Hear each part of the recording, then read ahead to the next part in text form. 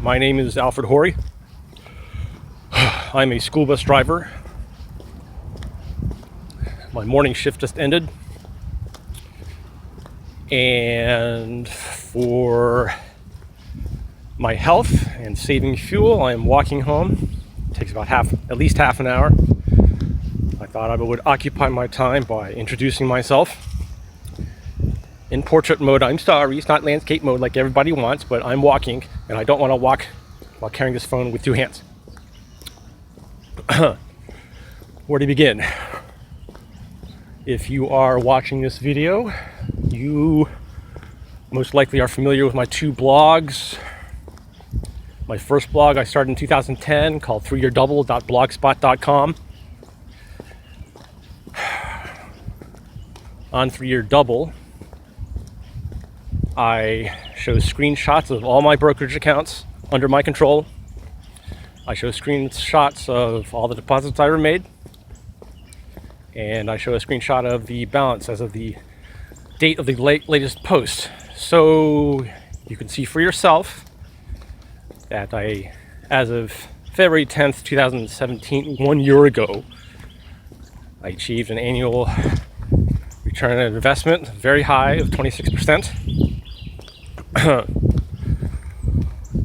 So these screenshots, of course, somebody could have photoshopped them for me. I could have photoshopped them. If anybody needs to see proof beyond doubt, I guess they can invite me to go to a Wi-Fi location of their choice. I could bring my laptop and bring up my accounts and show them in person. Over the past year, 364 days, today is February 9th, 2018. The balances of my brokerage accounts have gone down from 720,000 to I think 513,000 as of yesterday. That's a pretty big drop, 30% decline in 1 year. That's really bad. But if you are a subscriber to my other blog, then you can download the spreadsheet that I posted on my latest blog post.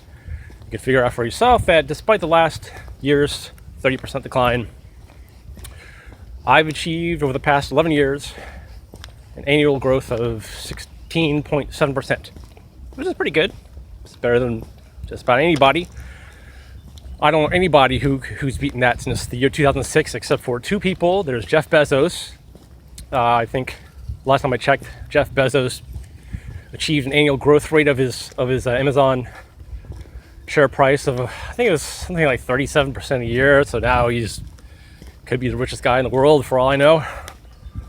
And the only other person I ever know of that beat me since 2006 is Steve Jobs from the grave. Apple's done pretty well. I forget what their growth rate was exactly. Okay, so I guess that's 3-Year Double.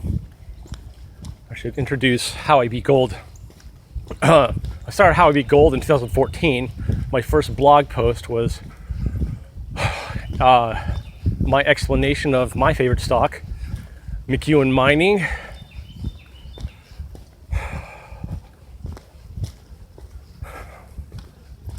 And on How I Beat Gold, I just write about what I think. If I think of something that might be worthwhile to somebody, I post it on How I Beat Gold. 3-Year Double is there to show why you should care what I think. I mean, how could you possibly ignore someone who achieved 26% per year for over 10 years?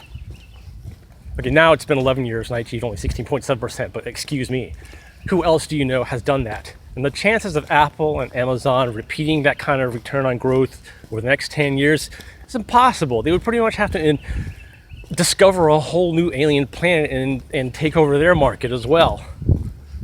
I really doubt that's going to happen.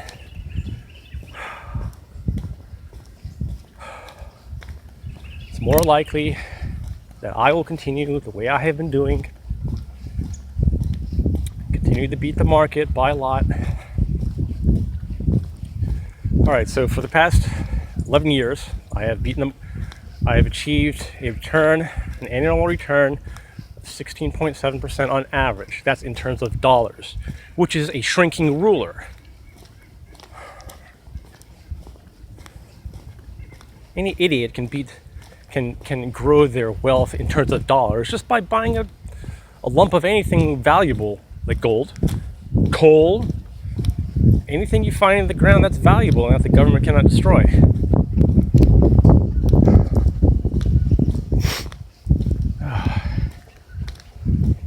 So when I started 3-year double back in 2010, I had just finished investing for myself for the past 3+ years.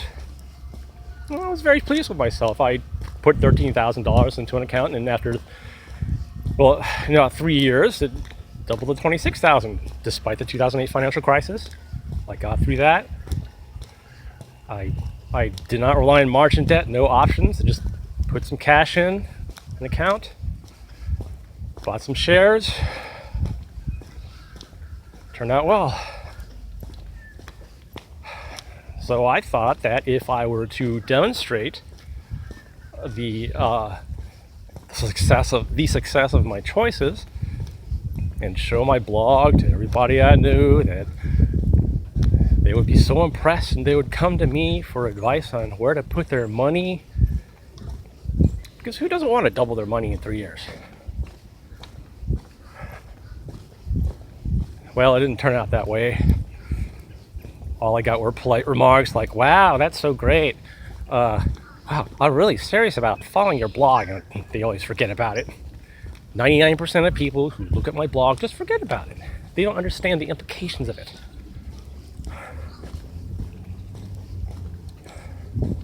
I feel like I just invented cold fusion in my kitchen. And nobody cares. Why? Because I look stupid. I couldn't possibly do anything worthwhile.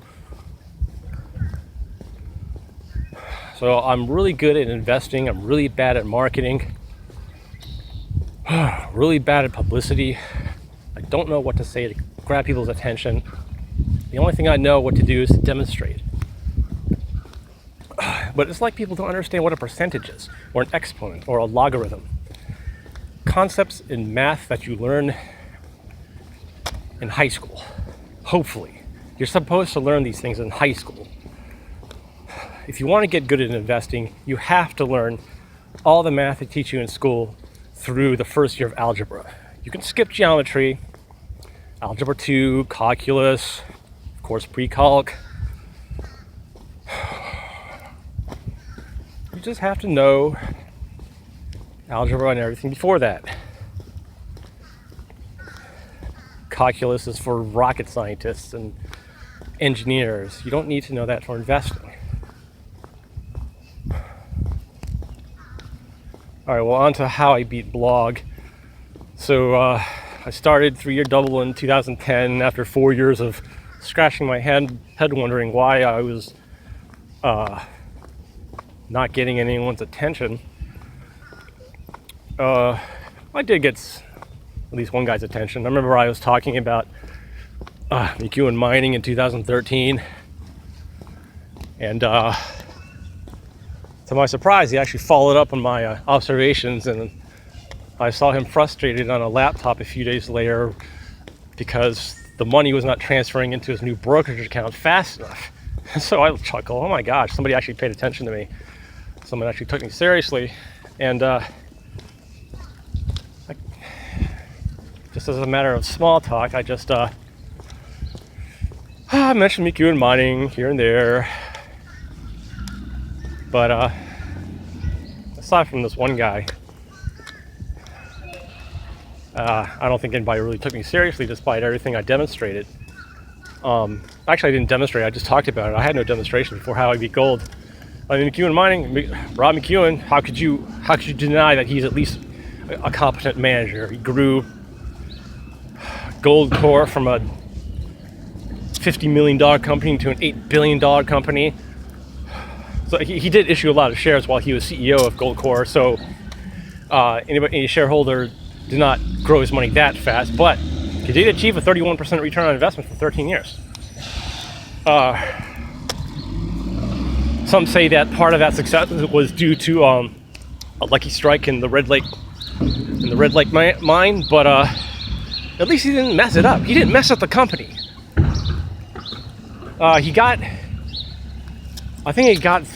He he managed Goldcorp without acquiring any debt or little debt, and one of the reasons he left was because the directors on the board wanted him to borrow more money to fund expansion, and Rob McEwen didn't want to do that because debt is dangerous.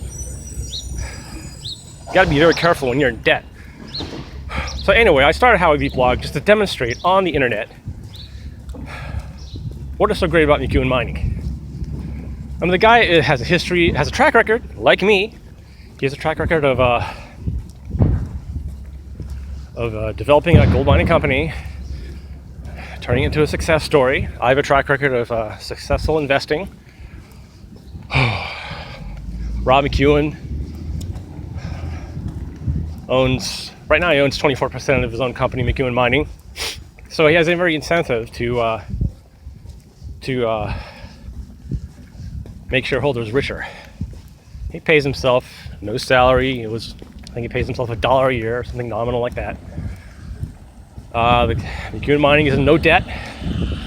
So in the event of another gold price crash downturn, he can weather it pretty well. I mean, all you have to do if you have no debt is just hibernate, just shut everything down, and all your debt-laden competitors are going to go bankrupt.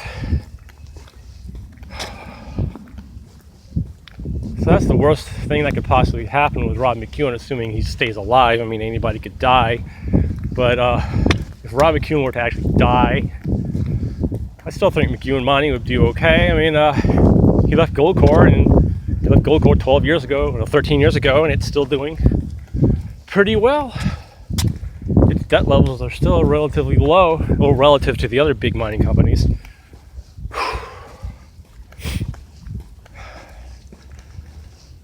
So I started How I Beat Gold, I started the How I Beat Gold blog just to demonstrate what I know about McEwen Mining.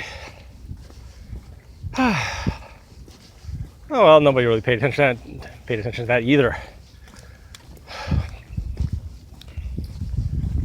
I really like investing. It's fun. It's my hobby. It now makes me more money than my job, which is part-time seasonal school bus driving.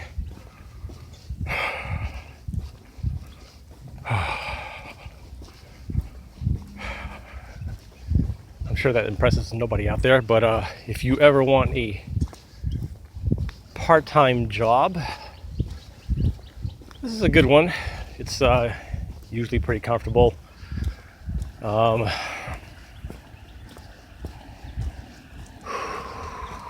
You get vacation time off when your kids get off, so you can go on family trips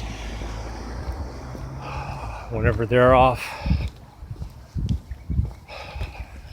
Some girl was pushing some smaller boy out of his seat, and I told her, "Hey, stop that! Stop pushing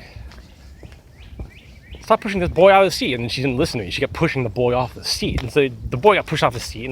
And so I asked her, "Why did you push him off the seat?" She didn't answer me. So I stopped the bus, pulled it over. I asked her, "Why did you push him off the seat?" She still didn't answer me. And I asked her, "Do you want to talk to me or do you want to talk to the principal?" And then she said, I didn't want him sitting there. And I told her, "Well, this seat is for two people. You have to let anyone who wants to sit here. So apparently after she got off the bus, she's very upset over the way I talked to her.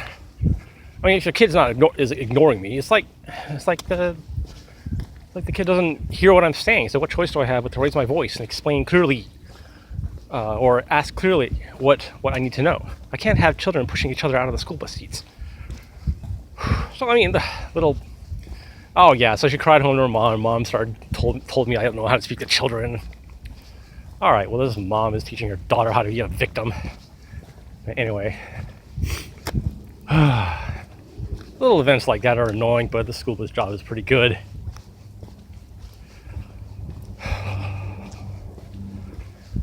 Our plan here is to just coast along, work and live, and continue my investing. And when we have more money, we're going to quit our jobs, move to Las Vegas, I guess. Nevada has no state income tax. And we were there a few weeks ago during the winter vacation of 2017. And my daughters, they really like the buffets. Well, I asked them, why do you like the buffet so much? We have food at home. And they said, we like how, well, my oldest daughter, she said, I like how the food is in categories. There's the Korean food, or the Chinese food, the Italian food. Okay, I thought that was funny. Oh, well, what more to say? I have probably 15 minutes of walking left. Well, if for some reason you enjoy hearing me explain my 2 blogs, you want to hear more of what I think about economics and investing, do the YouTube thing, do the like thing, do the subscribe thing, comment. Yeah, YouTubers say that all the time. Like, comment, subscribe. Make fun of my nose hairs if you want. Can you see him? This is the only comfortable way for me to hold this phone. I don't even know if anybody hears me right now. So I'm running out of things to say. The rest of this video might be kind of dull.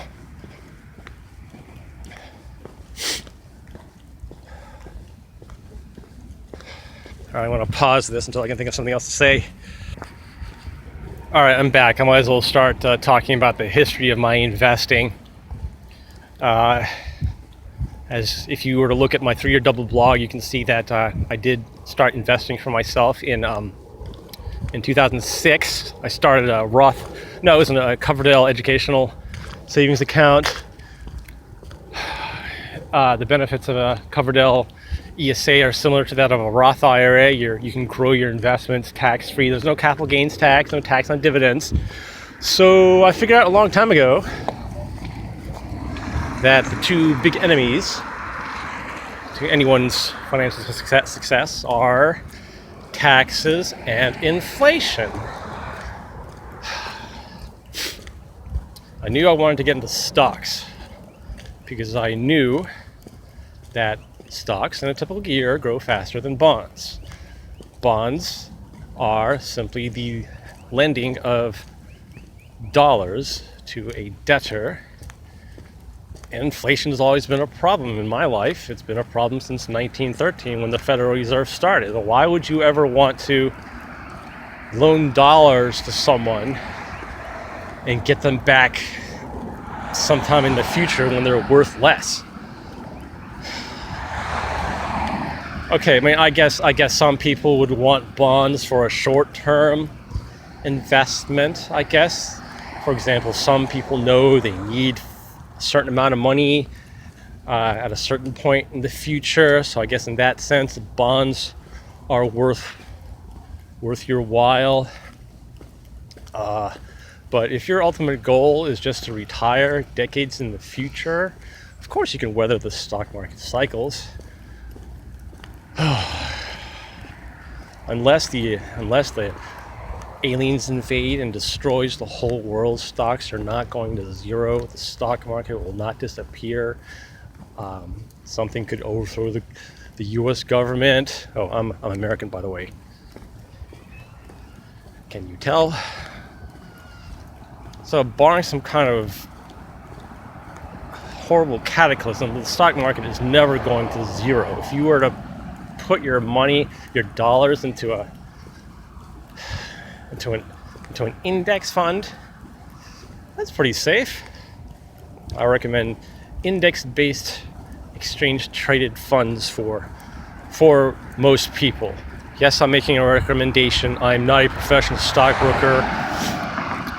I have no certification. I'm totally incompetent. I lie all the time. Everything in this video is a lie.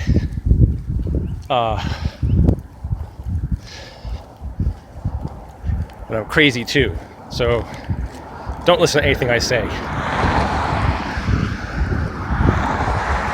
That was a joke, by the way. Ha ha.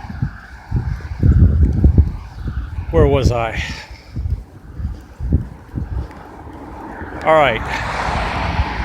ETFs, index-based ETFs. ETFs based on index, I think, are the best way for most people to go. Because if you just achieve returns that the market returns to you, you'll be fine. There's Vanguard. They have the lowest fees on index-based ETFs. So I would recommend. No, I take that back. Vanguard is pretty good. Vanguard is the best if you want to invest in an S&P 500 index-based ETF. However, if you would arrive at the conclusion that the S&P 500 index-based ETF is a good choice, you're pretty good at thinking. And if you think a little more, you might get the idea that the 500 biggest companies on the United States Stock Exchange might not be the best place. Maybe there's something better. Because among those 500 companies, they have problems. Some of them have too much debt. Some of them are overpriced.